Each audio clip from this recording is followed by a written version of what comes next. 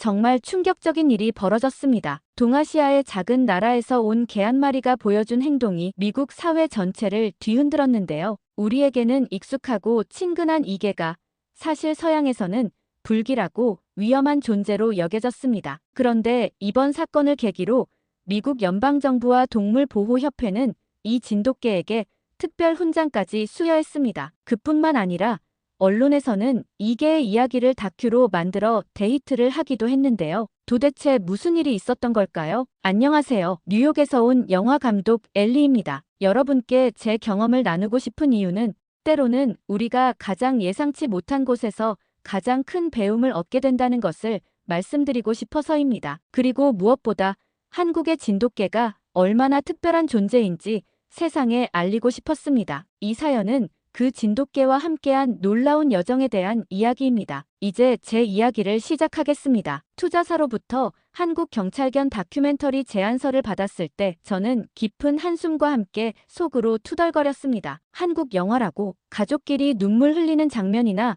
구차한 감정팔이 말고 뭐가 있다고. 3번의 연속된 영화 실패로 자존감이 바닥을 친 상태였고 한국에 대한 제 편견은 끝이 없었습니다. 동물복지라는 개념도 제대로 없는 나라에서 무슨 경찰견 다큐를 이라고 생각했습니다. 제 머릿속에는 무분별하게 버려지는 반려동물, 제대로 된 훈련 없이 도구처럼 사용되는 개들의 이미지만 가득했죠. 아마 과장된 애국심으로 포장된 상업적인 콘텐츠를 원하는 거겠지라며 냉소적으로 투자사의 제안서를 다시 읽어보았습니다. 심지어 도착하기도 전에 이 프로젝트가 또 하나의 실패작이 될 것이라고 단정했습니다. 제 오랜 친구이자 촬영 조수인 에리는 새 프로젝트에 대해 긍정적이었지만 저는 이미 마음을 닫아버린 상태였습니다. 최근에 모든 영화가 비평가들에게 너무 감성적이라는 혹평을 받았고 유명 독립영화 감독인 아버지 역시 제 작품을 감정에 휘둘린 미숙한 연출이라고 평가하셨습니다. 어머니는 제가 15살 때 돌아가셨고 그 후 저는 아버지의 인정을 받기 위해 살아왔습니다. 냉철하고 완벽주의자인 아버지의 기준에 맞추려 노력했지만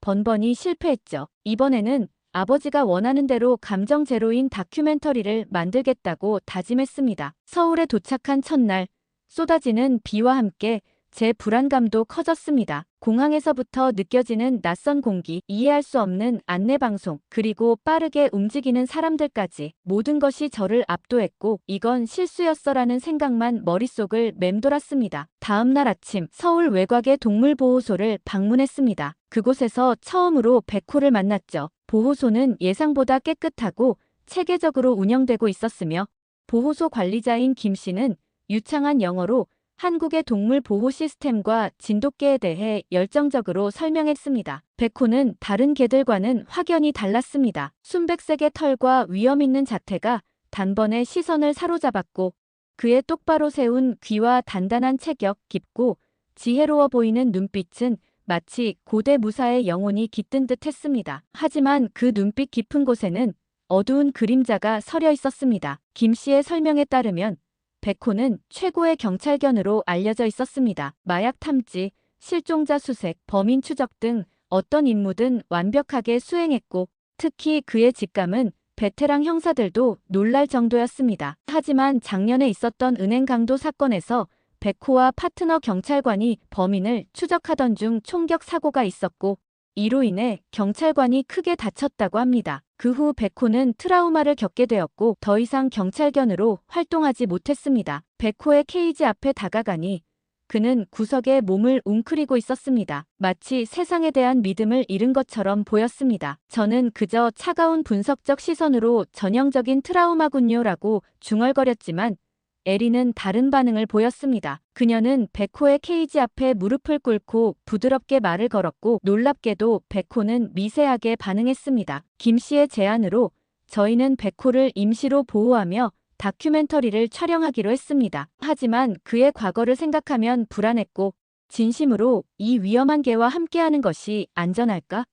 라는 의문이 들었습니다. 임시 보호 첫날 백호는 구석에만 웅크리고 앉아 거의 움직이지 않았습니다. 저희가 머무는 아파트 거실 한쪽 구석을 자신의 영역으로 삼고 에린이 음식을 가져다 줘도 경계하는 눈빛으로만 바라볼 뿐이었습니다. 저는 카메라를 들고 그 모든 순간을 기록하며 깨의 심리학적 측면에서 보면 이건 완전히 방어 기제예요라고 중얼거렸습니다. 저와 에린의 갈등은 여기서 시작되었습니다. 에린은 백호에게 점점 더 애정을 쏟았고 저는 계속해서 모든 행동을 훈련된 반응이나 조건 반사로 해석했습니다. 둘째 날, 백호의 행동 패턴을 기록하기 위해 아파트 곳곳에 소형 카메라를 설치했고 에린은 이런 제 행동에 불편함을 표시했지만 저는 객관적인 관찰이라며 고집을 꺾지 않았습니다. 셋째 날 아침, 놀라운 일이 벌어졌습니다. 제가 카메라를 설치하고 있을 때 백호가 조용히 제 곁으로 다가왔고 저를 뚫어지게 바라봤습니다. 백호의 눈빛은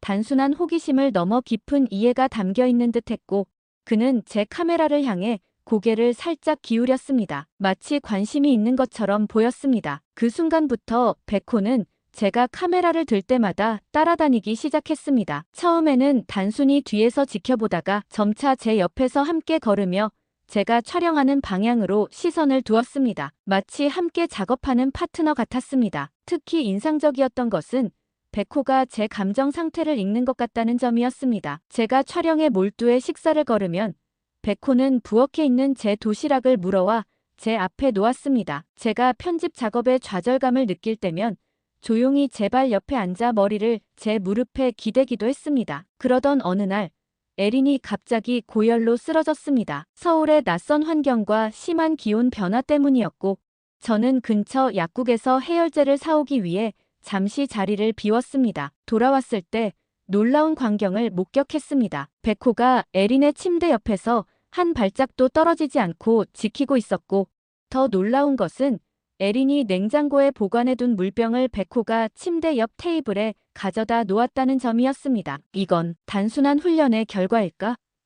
처음으로 제 신념이 흔들리기 시작했습니다. 백호는 에린의 상태에 따라 행동을 조절했고 이런 세심한 배려는 단순한 본능이나 훈련으로는 설명하기 어려웠습니다. 지역 경찰서를 방문해 백호의 과거에 대해 더 자세히 알아보았고 놀랍게도 그곳에서는 백호를 기억하는 사람들이 많았습니다. 한 베테랑 형사는 백호가 단순한 훈련된 개가 아니라 마치 동료 형사 같았다고 설명했습니다. 백호는 미처 발견하지 못한 단서를 찾아내고 범인의 심리까지 꿰뚫어보는 듯한 놀라운 능력을 보였다고 합니다. 촬영 2주째, 동네 어린이들이 노는 공원으로 백호를 데려갔습니다. 지역 주민들의 반발을 완화하고 백호의 사회화에도 도움이 될 것이라고 생각했기 때문입니다. 안전을 위해 목줄을 채우고 모든 상황에 주의를 기울였습니다. 대부분의 아이들이 백호를 두려워했지만 10살쯤 되어 보이는 여자아이 희정이 눈에 띄었습니다. 다른 아이들이 그녀를 놀리고 있었는데 희정은 발달장애가 있어 또래 아이들과 소통하는데 어려움을 겪고 있었습니다. 놀라운 일이 벌어졌습니다. 백호가 갑자기 자리를 뜨더니 희정 옆으로 조용히 다가갔고 그녀 앞에 앉아 마치 방패처럼 서 있었습니다. 괴롭히던 아이들은 백호를 보고 물러났습니다. 백호의 태도는 결코 위협적이지 않았지만 그의 존재감만으로도 상황이 완전히 바뀌었습니다. 더 놀라운 것은 그 후의 변화였습니다. 평소에 말을 잘하지 않던 희정이 백호에게는 끊임없이 이야기를 들려주기 시작했습니다. 마치 오랜 친구를 만난 것처럼 편안하게 백호의 털을 쓰다듬으며 자신의 이야기를 나누었고 에리는 이 모든 장면을 카메라에 담았습니다. 저도 무의식적으로 계속 촬영했고 그 순간 제 내면에서 뭔가가 움직이기 시작했습니다. 희정과 백호의 교감은 그날로 끝나지 않았습니다. 이후 며칠 동안 희정의 어머니가 희정을 데리고 저희 숙소를 찾아왔고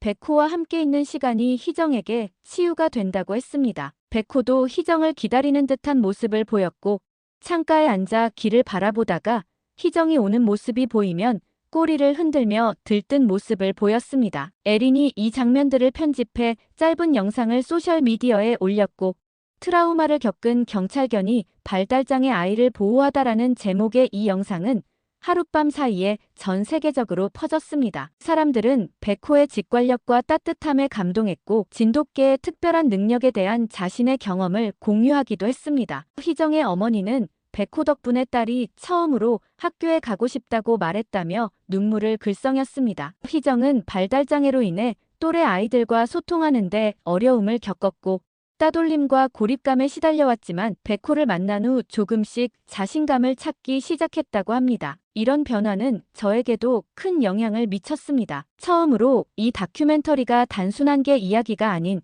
더 깊은 연결과 치유에 관한 이야기가 될 수 있겠다고 생각했습니다. 저는 백호를 바라보며 내가 너를 잘못 판단했을지도 모르겠다라고 생각했고 제 시각이 변하기 시작했습니다. 일주일 후 지역 미술관에서 한국 전통 미술품이 대거 도난당하는 충격적인 사건이 발생했습니다. 현장에는 어떤 단서도 없었고 경찰은 난관에 봉착해 있었습니다. 당시 저희는 백호와 함께 그 지역의 다른 이야기를 취재하고 있었고 한국 전통 문화와 현대 도시의 공존을 담는 장면을 촬영하던 중이었습니다. 도난 사건 소식을 듣고 저희도 취재 방향을 바꿔 미술관 근처에서 관계자들과 인터뷰를 진행하기로 했습니다. 미술관 근처를 지나가고 있을 때 백호가 갑자기 이상한 행동을 보이기 시작했습니다. 특정 방향을 향해 계속 짚고 끌려가려 했습니다. 이전에 평온하고 침착했던 모습과는 완전히 달랐고 특정 방향으로 강하게 끌려가려 했으며 때로는 뒤돌아 저희를 바라보며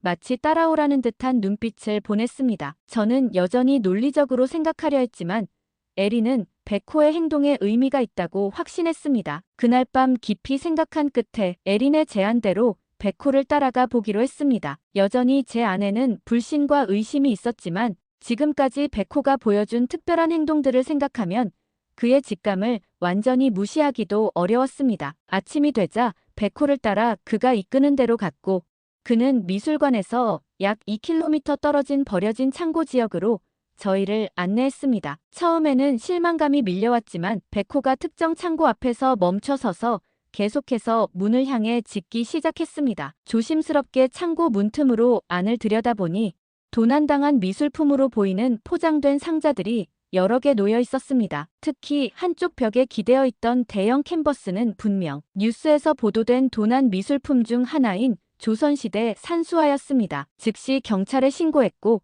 그들은 도둑들을 체포했습니다. 그날 밤 저는 제 방에 혼자 앉아 깊은 생각에 잠겼습니다. 내가 지금까지 얼마나 편협했던 걸까? 눈앞에 있는 진실을 외면하고 내 고정관념만 믿었어. 처음으로 저는 제 두려움과 불안, 그리고 아버지에 대한 인정 욕구가 얼마나 제 시야를 가렸는지 깨달았습니다. 미술품 도난 사건 해결 후 백호에 대한 지역 사회의 시선이 완전히 바뀌었습니다. 이전에 백호를 두려워하던 이웃들이 이제는 그를 보호자로 여기기 시작했고 더 많은 사람들이 기꺼이 인터뷰에 응해주었습니다. 백호의 원래 훈련사인 박 씨를 만났습니다. 사건 후 그가 연락을 해왔고 백호의 이야기가 뉴스에 나간 후 즉시 저희를 찾아왔습니다. 박 씨는 60대의 온화한 인상의 남성으로 30년 이상 경찰견 훈련사로 일해온 베테랑이었습니다. 그는 처음 백호를 만났을 때부터 그의 특별함을 알아봤다고 합니다. 진돗개는